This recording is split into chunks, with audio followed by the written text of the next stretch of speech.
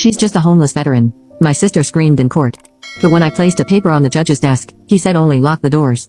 No one leaves this room. Dad turned away, Mom trembled and my sister froze. I stepped out of the taxi in full service dress, duffel bag in hand, heart heavy with 25 years of quiet. Before I reached the porch, my sister Olivia was already on the phone calling the authorities. The late September air clung to my skin, cool and thick with the smell of damp leaves. I paused at the edge of the iron gate that sealed off the house I had once called residence. A security camera buzzed above, tilting slightly, as if acknowledging me. I waited for the click of the lock, for the sound of welcome. None came. The gate didn't budge. I pressed the intercom. A sharp buzz answered. Then quiet. I tried again. Olivia. My voice cracked, rusty from the years. It's me. The front door opened. Olivia emerged in a tailored blazer and crisp slacks, every inch the estate's guardian. She stood at the top of the stairs, her phone already at her ear. I'm calling the police, she said, eyes narrowing as if I were a stranger. There's someone trying to enter the property, claims to be family. The shock punched the air from my lungs. Olivia, what are you doing? This isn't your residence anymore, she snapped. You've been gone for decades, Maya. Don't show up here dressed like that, expecting something. I tightened my grip on the duffel bag. I just got released from service. I thought I'd see Mom. Maybe Dad. You should have thought of them before vanishing for 25 years. We moved on. You're not in the testament, you're not even on the title. The words hit harder than any conflict report I'd ever filed. I grew up in this house, I said, voice low. That tree. I pointed to the sycamore that still scraped against the attic window. I broke my arm climbing it. I bled into the carpet you probably replaced. Olivia's jaw clenched. You always made everything about you. You think a uniform earns you the right to just show up and expect a champion's reception.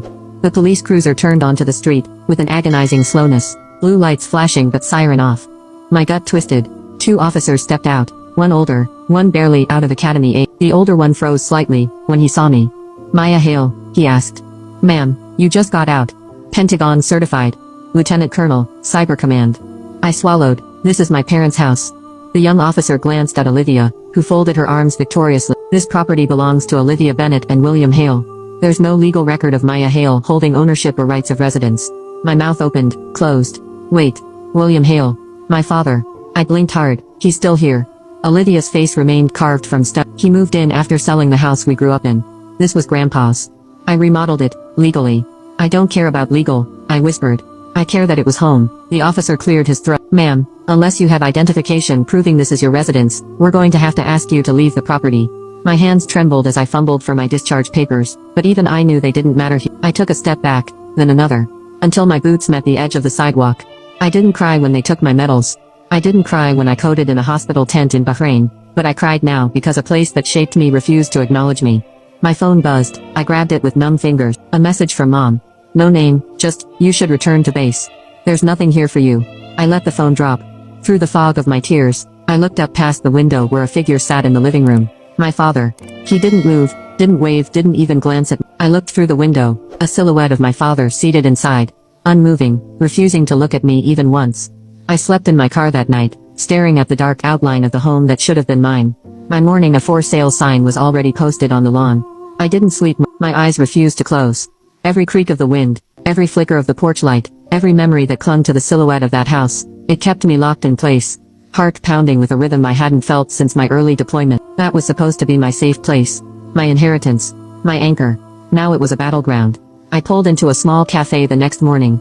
Blurry-eyed and bone-tired. Sarah Vance was already there. Pressed slacks, dark blazer, a sharp contrast to my faded service dress, and the exhaustion etched into my face. We hadn't seen each other since undergrad, but she looked at me like no time had passed. That alone almost made me cry. I saw the listing this morning, she said without greeting, flipping her tablet toward me. There it was, my home listed under Raven Holdings LLC. I stared at the screen. Raven Holdings. She nodded grimly. And here's the kicker. 3 months ago, there was a property transfer recorded. Here, she passed over a printout. My name was on the seller line, except that wasn't my signature. That's falsified, I said flatly. A cold pressure building behind my eyes. I've never signed anything related to selling that house. Sarah pulled up another document. This one from a local notary. Witnessed and stamped by a guy who was under review last year for falsifying DMV affidavits.